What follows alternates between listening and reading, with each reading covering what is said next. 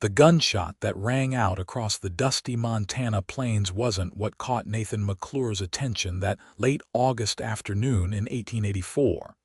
It was the sound of a woman's voice, soft and melodic, drifting from his own stable as he approached his ranch after 3 weeks on the trail. He'd been driving cattle north from Wyoming, exhausted and covered in trail dust, thinking only of a hot meal and his bed.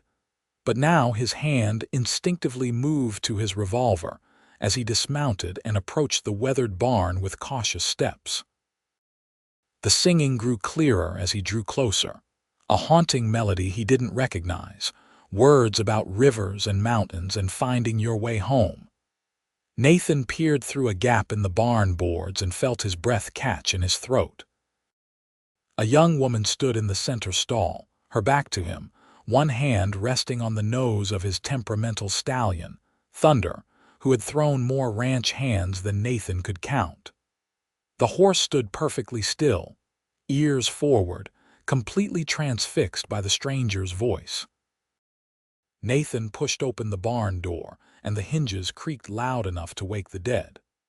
The woman spun around, her dark copper hair catching the late afternoon sunlight that streamed through the gaps in the roof, and he found himself staring into the most striking green eyes he'd ever seen. She couldn't have been more than 22 or 23, dressed in a simple blue calico dress that had seen better days, with mud caking the hem and tears in the sleeves. "I'm sorry," she said quickly, taking a step back from Thunder, who snorted and tossed his head at the loss of her touch. "I didn't mean to trespass. I was just passing through, and I heard your horses, and I couldn't help myself." Nathan holstered his gun and removed his hat, suddenly aware of how he must look and smell after weeks on the trail. "You've got some nerve, walking onto a man's property uninvited." His voice came out harsher than he intended, and he watched her flinch slightly. "I know, I'm sorry, I'll go." She moved toward the barn entrance, but Thunder whinnied loudly, stamping his hooves in protest. "Hold on," Nathan said, blocking her path without meaning to intimidate her. Up close, he could see she was beautiful in an unconventional way, with high cheekbones and a determined set to her jaw that suggested she'd seen her share of hardship. "How did you do that?" "With my horse, I mean. He doesn't take to strangers. Doesn't take to most people at all, truth be told." A small smile played at the corners of her mouth. "I sang to him. Horses listen better than people do. They don't judge you or tell you to be quiet. They just listen." Nathan found himself smiling despite his exhaustion and suspicion. "That's an interesting philosophy. You got a name?" "Penelope Brennan," she said, meeting his eyes directly. "Most people call me Penny." "Nathan McClure. This is my ranch, about 200 acres outside Utica." He gestured around the barn, taking in his 6 horses, all of whom were watching Penny with unusual interest. "Where are you headed, Miss Brennan?" She hesitated, and he saw something flicker across her face, fear or worry. He couldn't quite tell which. "Anywhere that's not where I came from." Those words told Nathan more than a lengthy explanation would have. He'd been in Montana territory long enough to know that people didn't end up in places like Utica by accident. They were either running from something or looking for something, and sometimes both. "You hungry?" he asked, surprising himself with the offer. Penny's eyes widened. "I couldn't impose any more than I already have." "Not an imposition if I'm offering. I've got a housekeeper, Martha, who always makes enough food to feed half the territory. She'll be glad to have someone new to fuss over." He saw her wavering and added, "Besides, any woman who can calm Thunder down deserves at least a hot meal."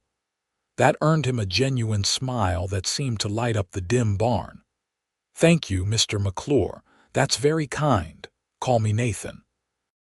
"Mr. McClure makes me sound like my father, and that's not a comparison I'm fond of." He picked up his saddlebags and gestured toward the house, a 2-story structure he'd built himself over the past 5 years, sturdy pine logs chinked with mud and moss. "Come on. Martha's probably wondering what's keeping me." As they walked across the yard, Nathan couldn't help but notice how Penny's eyes took in everything: the corrals, the bunkhouse where his 3 ranch hands stayed, the chicken coop, the vegetable garden Martha tended with militant dedication. She moved like someone used to being on alert, ready to run at the first sign of trouble. Martha met them at the door. A stout woman in her 50s with silver streaked through her dark hair and the no-nonsense demeanor of someone who'd raised 8 children of her own. Her eyes narrowed when she saw Penny, but her expression softened almost immediately. "Nathan McClure, you look like something the cat dragged in and the dog wouldn't touch," she said, hands on her hips. "And who's this?" "Martha, this is Miss Penelope Brennan. She's going to join us for supper."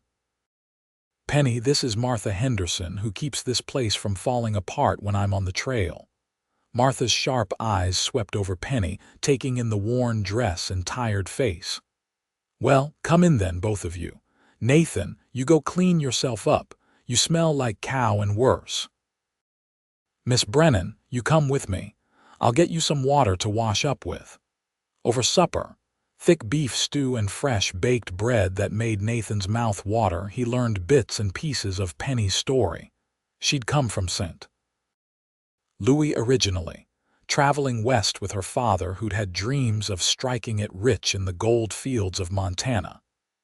He died of fever 2 years ago, leaving her alone in a rough mining camp near Helena. She'd been working as a cook and laundress, saving money to go back east, but 3 weeks ago the camp boss had decided she should provide other services as well.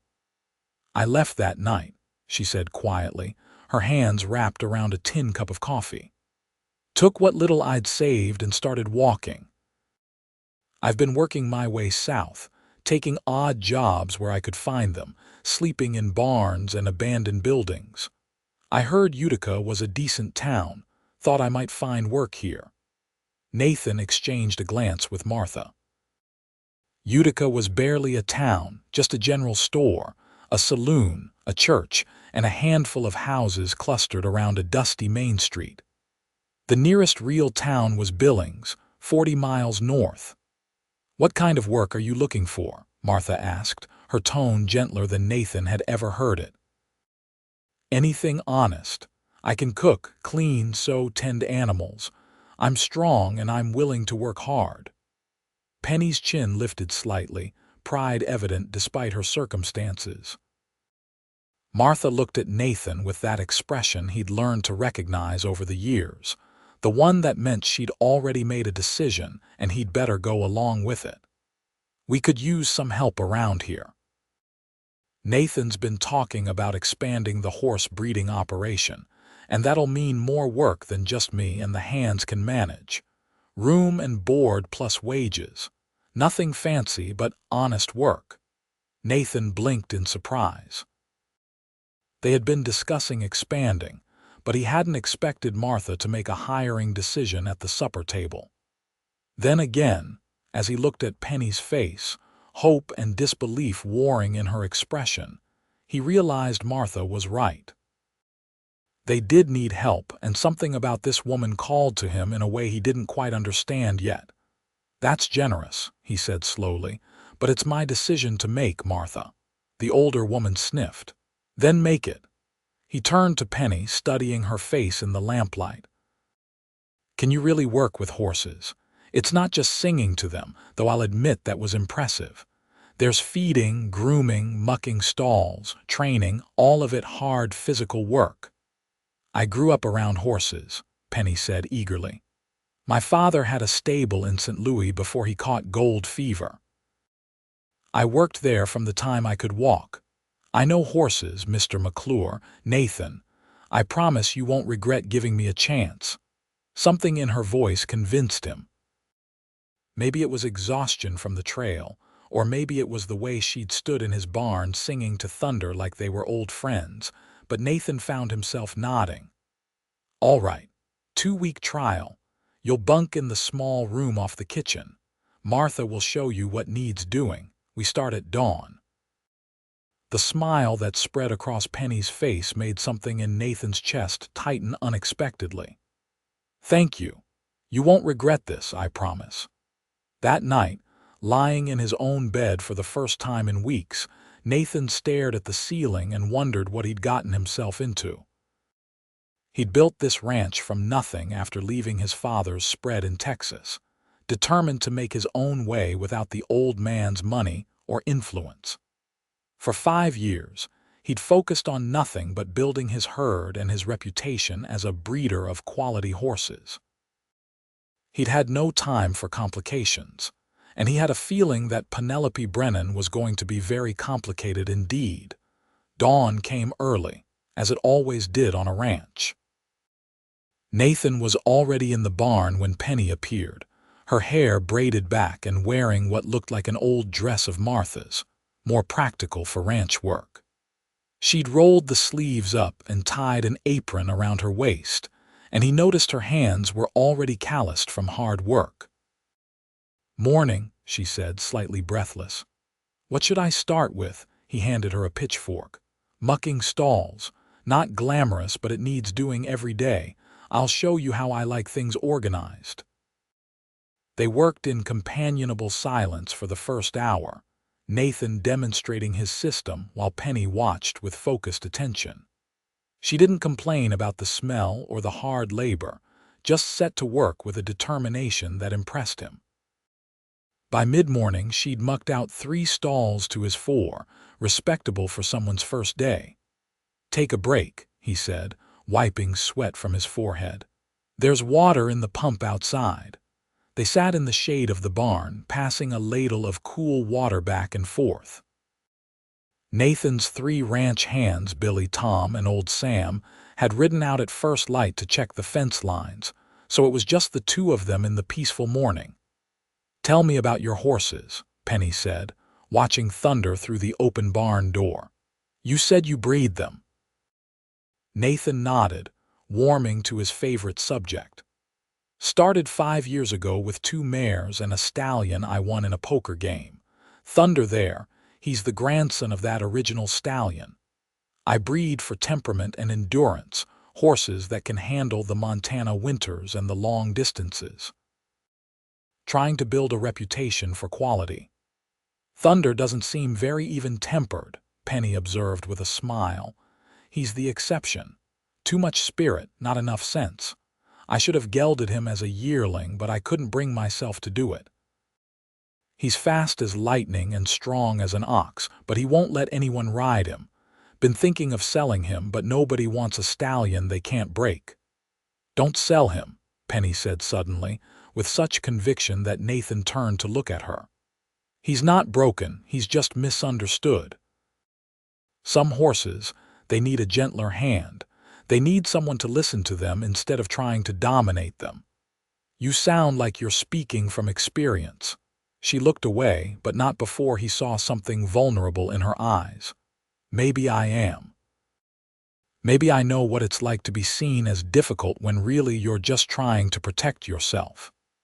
They sat in silence for a moment, the weight of her words hanging between them. Nathan found himself wanting to ask more, to understand this complicated woman who'd walked into his barn and somehow walked into his life. But Martha's voice calling them to lunch interrupted the moment. The days fell into a rhythm after that. Penny proved herself capable and hardworking, taking on not just the horse care but helping Martha with the garden and the cooking. The ranch hands were wary of her at first, but she won them over with her easy manner and the fact that she could discuss horses with the knowledge of someone who truly understood them. What fascinated Nathan most was watching her with the animals. She had a gift.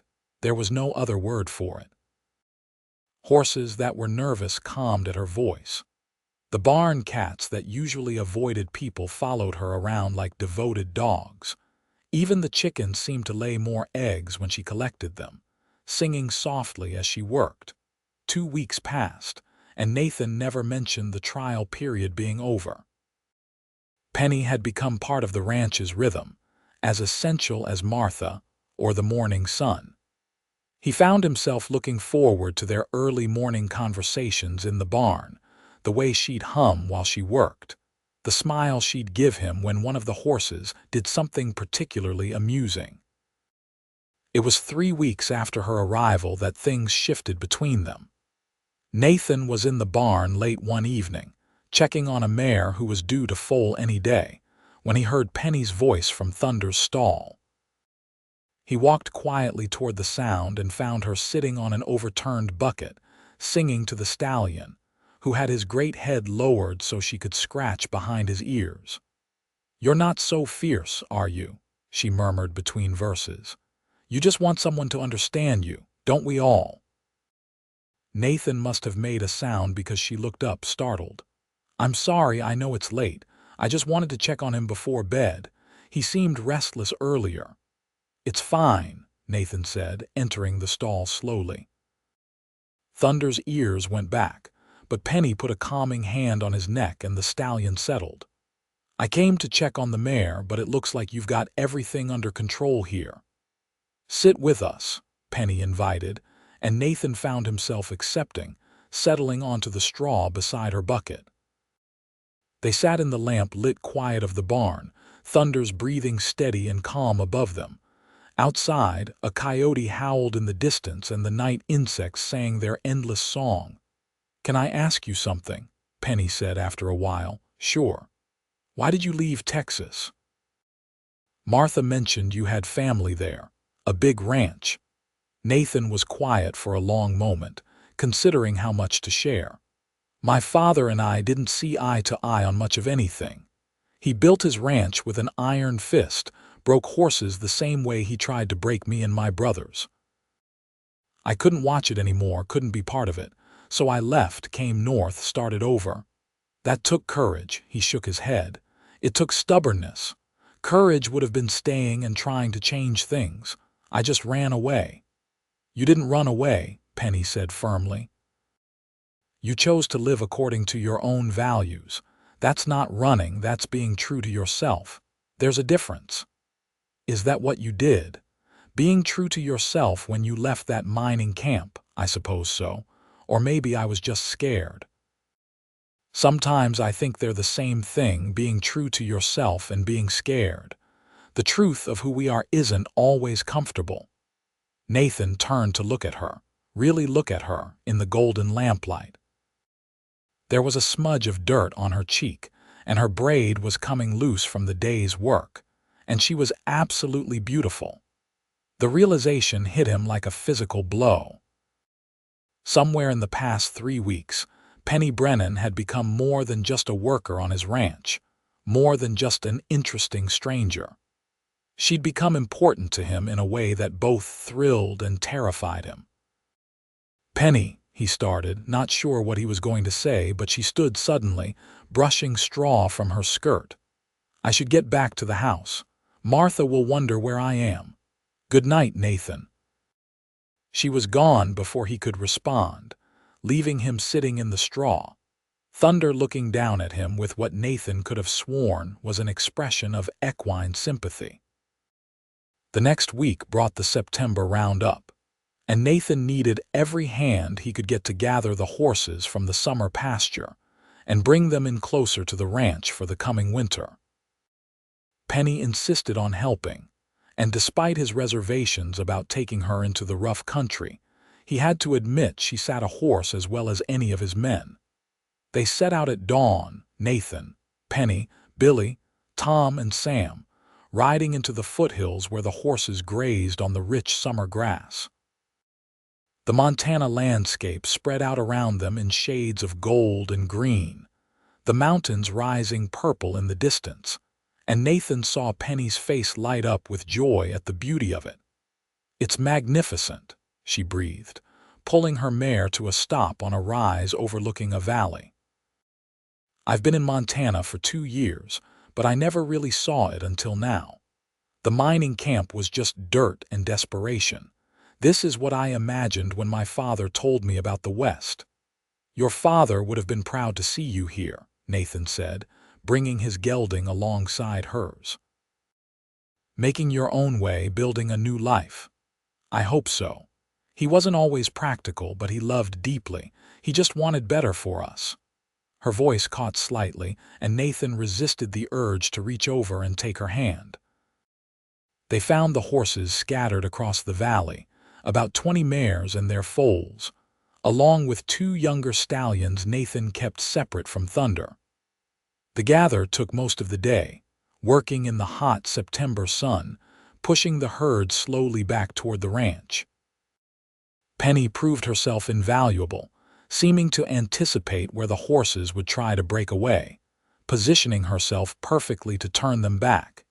It was late afternoon when trouble found them. They were moving through a narrow canyon, the horses strung out in a line, when a rattlesnake's warning buzz split the air. The lead mare spooked, rearing and wheeling, and suddenly the whole herd was panicking, horses scattering in every direction. Nathan saw Penny's mare rear as the snake struck at its hooves, saw Penny grab for the saddle horn, saw her lose her seat and fall hard to the rocky ground. His heart stopped in his chest as he spurred his gelding forward, but Thunder, who'd been following the herd loose, got there first. The black stallion positioned himself over Penny's fallen form, screaming a challenge at the snake, hooves flashing. The rattler retreated under a rock, and Nathan vaulted from his saddle, skidding to his knees beside Penny. "Don't move," he said urgently, his hands running over her arms and legs, checking for breaks. "Where does it hurt?" "I'm okay," she gasped, trying to sit up. "Just had the wind knocked out of me. Is my mare all right?" "Forget the mare. Did you hit your head?" He could see scrapes on her palms and a tear in her sleeve, blood seeping through. "I don't think so." "Nathan, really, I'm fine." But her face was pale and he could feel her trembling under his hands. "You're not fine. You took a hard fall." He carefully helped her sit up, supporting her back with his arm. Thunder stood guard over them both, nostrils flaring, still agitated. The other men had the horses under control, circling them back. Sam rode up, took one look at Penny and shook his head. "Girl's got more nerve than sense, riding out here in skirts. She all right, boss." "She will be. We're heading back. You boys can finish the gather." Nathan didn't wait for an argument, just scooped Penny up in his arms and lifted her onto Thunder's back before swinging up behind her. The stallion, who'd never let him mount before, stood quiet as a lamb. "Nathan, put me down. I can ride my own horse," Penny protested, but he felt her sag against his chest as Thunder started walking. "Just rest. Let me take care of you for once." He kept one arm firmly around her waist, holding her secure against him, and she finally stopped arguing. They rode back in silence, Penny's head eventually coming to rest against his shoulder. Nathan was acutely aware of every place their bodies touched, the warmth of her against him, the smell of her hair, sun and sage, and something uniquely her. Thunder walked steady beneath them, as gentle as he'd been wild before, and Nathan wondered if the horse could sense how precious his cargo was. Martha met them in the yard, took one look at Penny's pale face and torn sleeve, and immediately took charge. "Bring her inside. Set her on the kitchen table. I'll get hot water and bandages." Nathan did as he was told, carefully settling Penny on the scrubbed pine table while Martha bustled around gathering supplies. He stood helplessly to the side as Martha cleaned the scrapes on Penny's palms and arms, revealing nothing worse than superficial wounds, though they'd be sore for a few days. "You were lucky," Martha said sternly to Penny. "A fall like that could have broken your neck." "Thunder saved me," Penny said softly. "He protected me from the snake." Nathan thought about that as he unsaddled Thunder later that evening. The stallion accepted his touch without protest for the first time ever, and Nathan ran his hand along the powerful neck. "You love her too, don't you, boy?" He murmured, "Can't say I blame you." The word hung in the air between them. Love. Was that what this feeling was, this constant awareness of where Penny was and what she was doing, this need to make her smile, to protect her, to be near her? He'd never been in love before, had always been too focused on building his ranch to pay attention to women beyond the occasional dance at the church social. But this was different. Penny was different. The problem was, he had no idea if she felt the same way.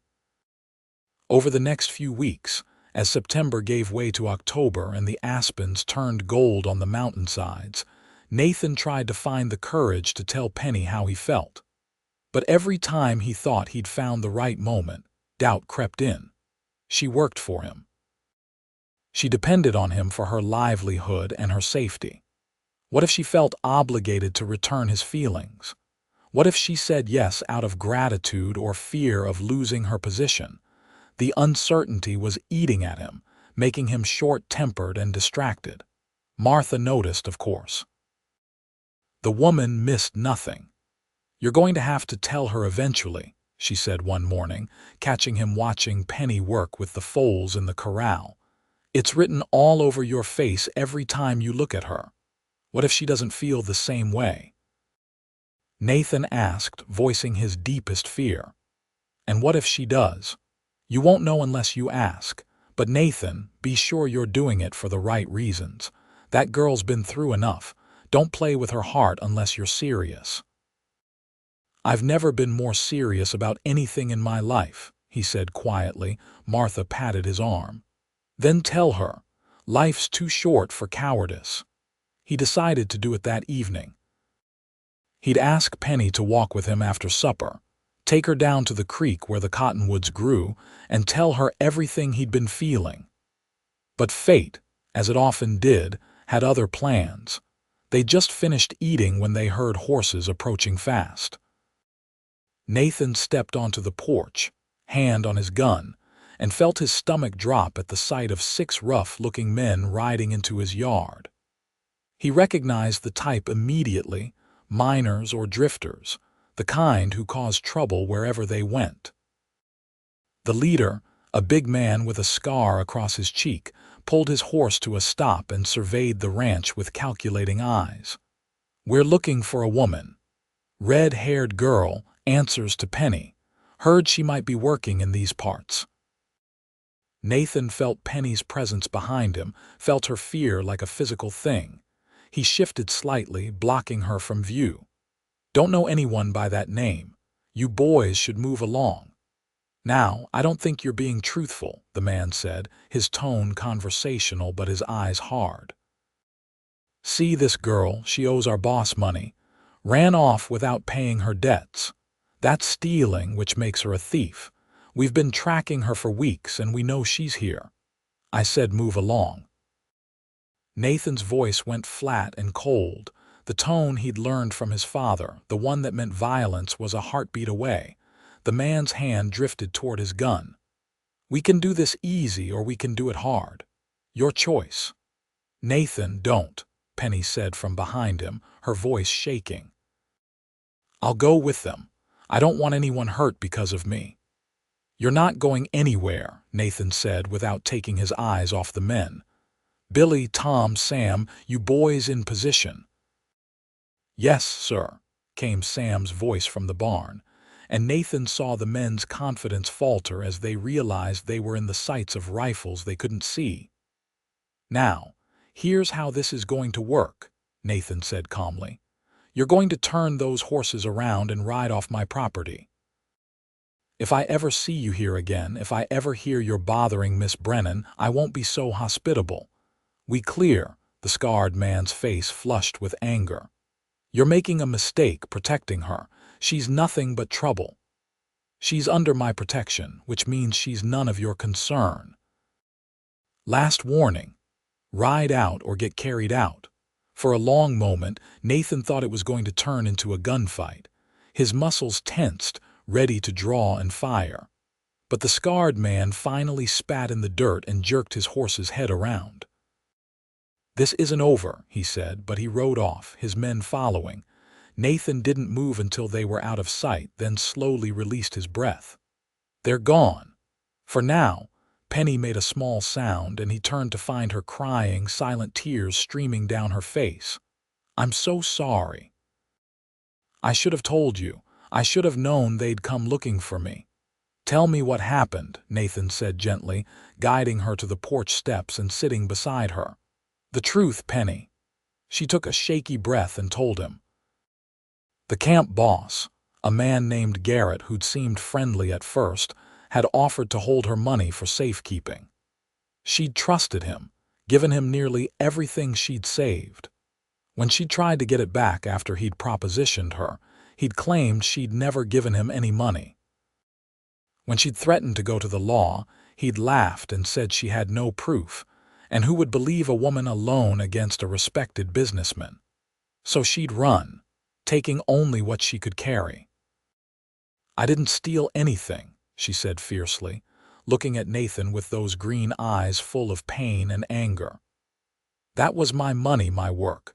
But he's made it look like I'm the thief, and now he's sent men after me. I should leave. I don't want to bring trouble to you and Martha and the Hands." "You're not going anywhere," Nathan said firmly. He took her hands in his, feeling the calluses she'd earned working his ranch. "Penny, listen to me. I don't care about some lying cheat in a mining camp. I don't care if he sends 100 men. You're staying right here where you belong." "Why would you do that for me? Risk your ranch, your safety, for someone you barely know?" "Because I know you better than you think. I've watched you work yourself to exhaustion every day. I've seen how you gentle the horses, how you help Martha without being asked, how you make everyone around you smile. I've listened to you sing in the barn at dawn and watched you laugh with the Hands at supper. And somewhere along the way, Penny Brennan, I fell completely in love with you." The words hung in the cool October air between them. Penny's eyes widened, and Nathan saw surprise, hope, and fear chase across her face. "You can't mean that," she whispered. "I've never meant anything more in my life. I love you." "I think I started falling that first day, watching you stand in my barn singing to thunder like you had every right to be there. And every day since, I've fallen a little harder." He reached up and gently wiped a tear from her cheek. "You don't have to feel the same way. I know I'm not much, just a stubborn rancher with more dreams than sense. But I needed you to know because I couldn't stand the thought of you leaving without hearing it." "Not much," Penny laughed, the sound watery but genuine. "Nathan, you're the best man I've ever known. You took me in when you had no reason to trust me. You gave me work and respect and a place to belong. You see the best in everyone, even your horses. How could I not love you?" Nathan's heart stopped, then started again, racing. "You love me. I think I fell in love with you that first morning, when you showed me how you organized your barn and talked about your horses like they were family. Every day since, watching you work, seeing how you treat everyone with kindness and fairness, it just got stronger. I was so afraid to say anything because I thought maybe I was just grateful, or maybe you just saw me as another ranch hand. But Nathan, I love you. I love you so much it scares me." He cupped her face in his hands, searching her eyes, seeing the truth there. Then he kissed her, gentle at first, barely a brush of lips, giving her every chance to pull away. But she didn't pull away. She leaned into him, her hands coming up to grip his shirt, and the kiss deepened, 5 weeks of longing and hope and love pouring between them. When they finally broke apart, both breathing hard, Nathan rested his forehead against hers. "Marry me," he said. "I know it's fast, I know we should probably wait, but Penny, I don't want to wait. I want to spend every day of the rest of my life with you. I want to build this ranch together, raise horses and children, grow old watching Montana sunsets. Marry me." "Yes," Penny said, laughing and crying at the same time. "Yes, Nathan McClure, I'll marry you." Martha found them on the porch steps an hour later, still wrapped in each other's arms, talking about everything and nothing, making plans and promises. She took one look at their faces and smiled. Well, it's about time. I was starting to think you two would never figure it out. I'll start planning a wedding." They were married 3 weeks later in the little church in Utica, with Martha and the ranch hands as witnesses. The circuit preacher who came through once a month performed the ceremony, and afterward they had a celebration at the ranch with half the county in attendance. Penny wore a simple white dress that Martha had helped her sew, and Nathan couldn't stop staring at her. Couldn't believe this beautiful, strong, incredible woman was now his wife. Their wedding night was tender and sweet, Nathan treating Penny like the precious gift she was. They learned each other in the privacy of their bedroom, whispered words of love and promise in the darkness. And when morning came, Nathan woke with Penny in his arms and knew he'd never been happier in his entire life. The trouble with the mining camp boss, Garrett, came to a head 2 weeks after the wedding. He showed up himself this time, with a sheriff from Helena and a warrant for Penny's arrest on charges of theft. Nathan met them in the yard, his temper barely controlled while Penny stood on the porch, pale but defiant.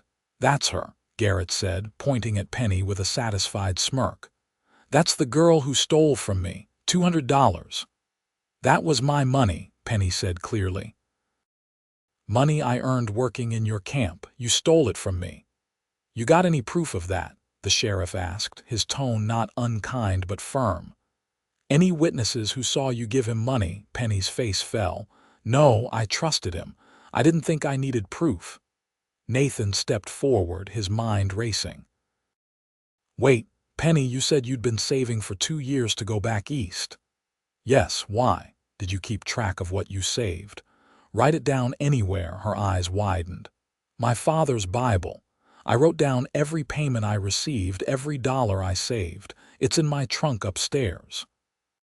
She ran inside, returning moments later with a worn leather Bible. Inside the front cover, in careful script, were dates and amounts, a meticulous record of 2 years of work and saving. The total came to exactly $214. "This proves you saved money," the sheriff said, studying the entries. "But it doesn't prove you gave it to him." "No," Nathan said slowly, an idea forming. "But it proves she's honest and careful with money, and I'm willing to bet a man like Garrett has a reputation." "Sheriff, ask around Helena. Ask the other workers in that camp. I'm betting you'll find Penny's not the first person he's cheated." Garrett's face flushed. "You can't prove anything." "Maybe not, but I can make your life very difficult if you don't drop these charges and leave my wife alone. I've got friends in the territorial government, connections my father made that I swore I'd never use. But for Penny, I'll use every single one of them. I'll have investigators looking into every aspect of your business. I'll make sure every newspaper in Montana knows your name and what you're accused of. So here's what's going to happen. You're going to tell the sheriff this was all a misunderstanding. You're going to ride back to Helena and never bother us again. And in exchange, I won't destroy you." The silence stretched out, tension thick in the air. Finally, Garrett spat on the ground. "This was a mistake, Sheriff. I thought she was someone else. My apologies for wasting your time." The sheriff looked between them, clearly skeptical but unwilling to push the issue. "You sure about that?" "I'm sure. Let's go." They rode off, and Nathan pulled Penny into his arms, feeling her shake with relief. "It's over," he murmured into her hair. "He won't come back. Men like that are cowards at heart. The moment they're threatened with real consequences, they fold." "You would have used your father's connections," Penny said, pulling back to look at him. "Even though you hate that world, I'd do anything for you. Use connections I despise, face down a dozen armed men, walk through fire. Anything, Penny. You're my wife, my partner, my heart. Your battles are my battles." She kissed him then, deep and passionate, and Nathan lost himself in the taste and feel of her, grateful beyond words that fate had brought her to his barn that August afternoon. The winter of 1884 was long and hard, with snow piling up past the windows and temperatures that could freeze a man solid if he stayed out too long. But inside the ranch house, there was warmth and laughter. Penny and Nathan grew closer with each passing day, learning to work as a team, to anticipate each other's needs and thoughts. She continued working with the horses, developing a training program that used patience and trust instead of force, and word began to spread about the quality of animals coming from the McClure ranch. In January, Penny discovered she was pregnant. She told Nathan one morning in the barn, watching his face carefully for his reaction. He'd been checking Thunder's hooves, and he stood up slowly, the hoof pick falling from his nerveless fingers. "Pregnant, you're sure?" "Martha thinks so. I've been sick every morning for 2 weeks, and I'm late with my monthly courses.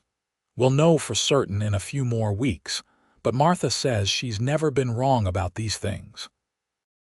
Nathan closed the distance between them in 2 strides and swept her into his arms, spinning her around in a circle despite her laughing protests. "We're having a baby. Penny, we're going to be parents. Put me down, you crazy man. You'll make me sick again." But she was laughing, joy radiating from her. He set her down gently, then knelt and pressed his ear to her still flat stomach. "Hello in there, little one. I'm your father. I promise I'm going to love you and protect you and teach you everything I know about horses and Montana and being a good person." Penny ran her fingers through his hair, love overwhelming her.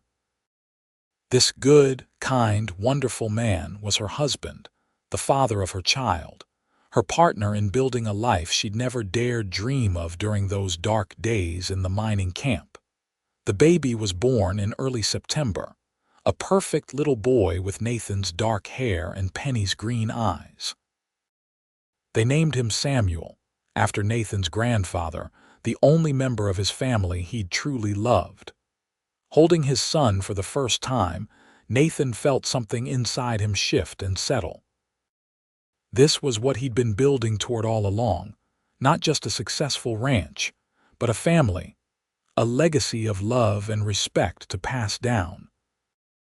Penny proved to be a natural mother, balancing care of the baby with her work with the horses, often carrying little Samuel in a sling while she moved through the barn, singing to him and the animals both. The horses seemed to understand the preciousness of the baby, moving carefully around Penny, Thunder most protective of all. As Samuel grew from baby to toddler, Penny began training Thunder in earnest. It took months of patient work, but gradually the stallion learned to accept a rider, not through breaking his spirit but through building trust. The day Nathan watched Penny ride Thunder through the pasture at a full gallop, both of them moving as one, he felt tears prick his eyes. She'd done what everyone said was impossible, and she'd done it her way, with gentleness and song and understanding. 2 years after Samuel was born, Penny gave birth to a daughter, Martha, named for the woman who'd become like a mother to her. Little Martha was quieter than her brother, with copper-colored hair like her mother and a thoughtful expression even as an infant. She would grow up, they'd discover, with her mother's gift with animals, able to calm frightened creatures with just her presence. The McClure Ranch grew and prospered over the years. Nathan's breeding program, guided by Penny's training methods, became renowned throughout Montana territory. They added cattle to their operation, using the money to expand their land holdings and build a bigger house to accommodate their growing family. A third child arrived 4 years after Martha, another boy they named Thomas, who had his father's stubborn determination and his mother's musical talent. Through it all, Nathan and Penny's love only deepened. They still made time for each other, still walked down to the creek on summer evenings to watch the sunset, still worked side by side in the barn at dawn. They weathered hard winters and dry summers, market fluctuations, and the occasional difficult neighbor. Montana became a state in 1889, and they celebrated with a party that brought together people from across the region. Old Sam retired in 1892, too stiff with arthritis to work cattle anymore. But he stayed on the ranch in a little cabin Nathan built for him, spending his days whittling toys for the children and telling stories about the old days. Martha Henderson remained the heart of the household until she passed peacefully in her sleep in 1895, mourned by everyone who'd known her. They buried her on a hill overlooking the ranch she'd helped build, under a granite stone that read Martha Henderson, beloved friend.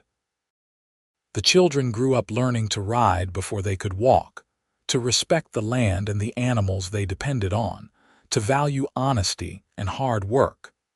Samuel became a skilled horseman and businessman, eventually taking over much of the ranch management.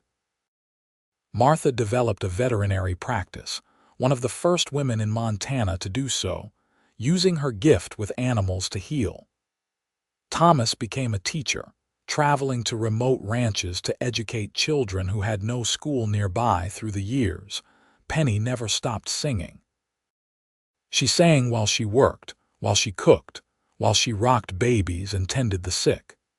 Neighbors said you could hear her voice carrying across the valley on quiet evenings, a sound as much a part of the Montana landscape as the wind and the cry of the hawks.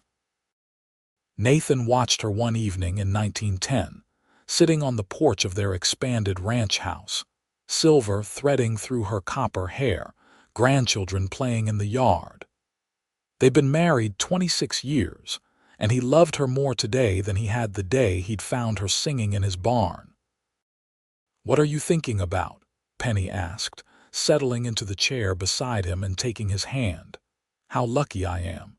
How one chance meeting, one moment of being in the right place at the right time, gave me everything I ever wanted. The right place was your barn. The right time was when your heart was open enough to take a chance on a stranger." She squeezed his hand. "Though I think Thunder deserves some credit. If he hadn't responded to my singing, you might have just thrown me off your land. I could never have thrown you out. The moment I saw you, something in me recognized something in you, like we were meant to find each other. Do you ever wonder what would have happened if I'd walked past your ranch that day, if I'd gone to Billings instead?" "No," Nathan said firmly, "because you didn't. You came to my ranch. You sang to my horses. You stayed. That's the only story that matters." Their oldest grandson, a boy of 6 named Nathan after his grandfather, ran up to the porch. "Grandma Penny, will you sing to the new foals? Papa says one of them is skittish." Penny smiled and stood, her movements still graceful despite the years. "Of course, sweetheart. Come on, let's go see what we can do." Nathan watched them walk hand in hand toward the barn, the boy chattering excitedly, while Penny listened with the same focused attention she'd always given to anyone who needed to be heard. The barn was bigger now, housing 20 horses instead of 6, but it was still the heart of the ranch, the place where it had all begun. He thought about that evening 26 years ago, riding and exhausted from the trail, hearing a stranger's voice floating from his stable. He'd had no idea that voice would change his life, that the woman singing would become his wife, the mother of his children, his partner in building not just a ranch but a legacy. Thunder had died the previous winter at the age of 27, old for a stallion. They'd buried him in the pasture he loved, and Nathan had cried unashamed tears for the horse that had brought him and Penny together, that had protected her and loved her in his own wild way. But Thunder's descendants filled the barns and pastures now, and every one of them carried his spirit and Penny's gentleness in their bloodlines. As the sun set over the Montana mountains, painting the sky in shades of gold and purple, Nathan heard Penny's voice drifting from the barn, singing to the skittish foal the same way she'd sung to Thunder all those years ago. The horses would listen, he knew. They always did. Because Penny had been right that first day, horses listened better than people do. They listened with their whole beings, without judgment or expectation, and they responded to love when it was offered freely. It had been that same quality in Penny, that ability to offer love freely, that had captured his heart. She'd given him everything, asked for nothing except the chance to be herself, and together they'd built something beautiful. The last years of their lives were peaceful ones. Nathan and Penny watched their grandchildren grow, saw the ranch continue to prosper under Samuel's management, took pride in Martha's success as a veterinarian and Thomas's dedication to education. They traveled a bit, going back to St. Louis so Penny could show Nathan where she'd grown up, visiting friends and family scattered across Montana. But mostly they stayed home, content with the life they'd built, the land they'd cultivated, the love that had only grown stronger with time. On their 40th wedding anniversary in 1924, their children and grandchildren threw them a party that seemed to include half of Montana. There were speeches and toasts, stories and laughter, and through it all, Nathan held Penny's hand, marveling at how the years had flown by. 40 years, Penny said that night as they prepared for bed in the room that had been theirs for 4 decades. Where did the time go? Into building a life, Nathan said, pulling her close. Into raising children and training horses and learning to love each other more every single day. I'd say that's time well spent. Would you change anything if you could go back and do it all again? Nathan thought about it seriously. There had been hard times, lean years when drought threatened their livelihood, winters that took livestock and tested their endurance, the heartbreak of Martha's death and other losses along the way. But looking at Penny, her face lined with age but still beautiful to him, her eyes still that vivid green that had captured him from the start, he shook his head. Not a single thing. Every moment, good and bad, led us here. I wouldn't risk losing even 1 second of the life we've built together. They died within 6 months of each other in 1931, Nathan going first from a sudden heart failure at the age of 73. Penny following from pneumonia that winter. They were buried side by side on the hill next to Martha Henderson, overlooking the ranch that had been their shared dream and accomplishment. Their grandchildren stood at the graveside, Samuel's strong voice reading the eulogy that spoke of love and partnership, of 2 people who'd found each other against all odds and built something lasting. As the service ended and people began to drift away, young Nathan, now a man of 27 running the ranch with his father, lingered by the graves. He thought about the stories his grandmother had told him as a child, about arriving at the ranch with nothing but the clothes on her back and a gift for singing. About his grandfather's kindness and strength, the way he'd protected her and loved her and built a partnership based on mutual respect and affection. About 2 people who'd overcome hardship and threat and uncertainty to create a legacy that would last for generations. From the barn below came the sound of horses whickering, greeting the evening. Young Nathan smiled, hearing in his memory his grandmother's voice, singing to the horses, singing to him, singing to anyone who would listen. She'd been right all those years ago. Horses did listen better than people. But she'd found one person who'd listened just as well, who'd heard not just her words but her heart, and who'd loved her for exactly who she was. As he walked down the hill toward the barn, toward the life his grandparents had built and his family continued, young Nathan began to sing, a melody his grandmother had taught him, a song about Montana and mountains and finding your way home. Behind him, the wind whispered through the grass on the hillside, carrying the song out across the valley, a testament to love that endured beyond death, beyond time, beyond anything that could separate two souls who'd truly found each other. The horses in the barn heard the singing and lifted their heads, ears pricked forward, listening just as thunder had listened 47 years before to a copper-haired stranger who'd walked into a barn and changed the course of so many lives. The legacy of Nathan and Penny McClure wasn't just the thriving ranch or the successful business or the descendants who carried their names.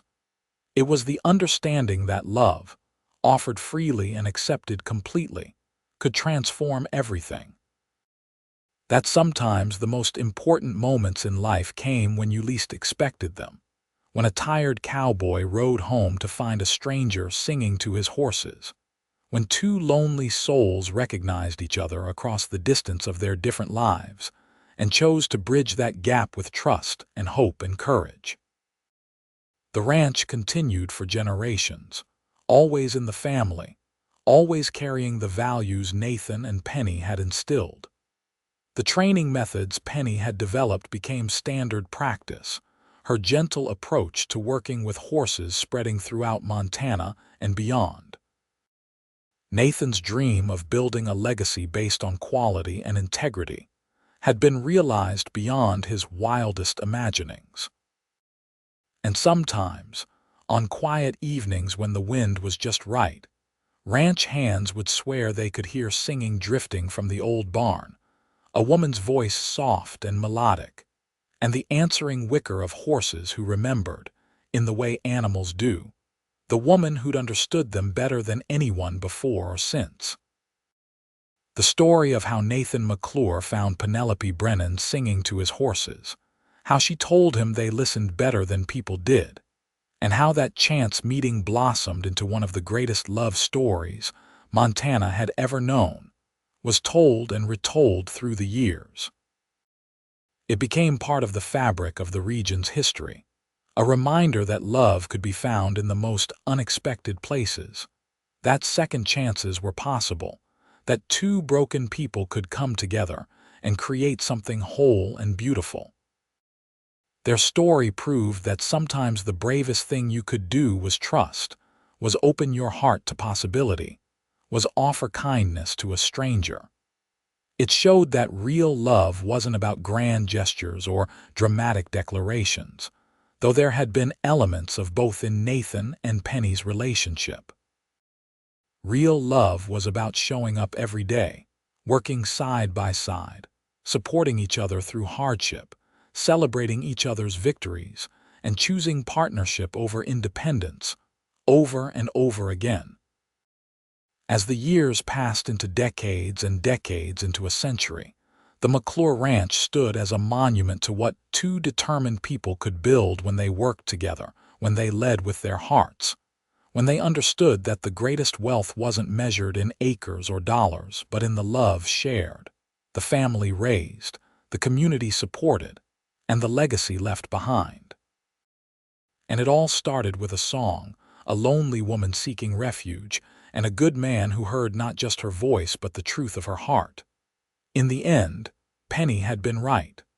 Horses did listen better than people, but she'd found one person who listened just as well, and that had made all the difference.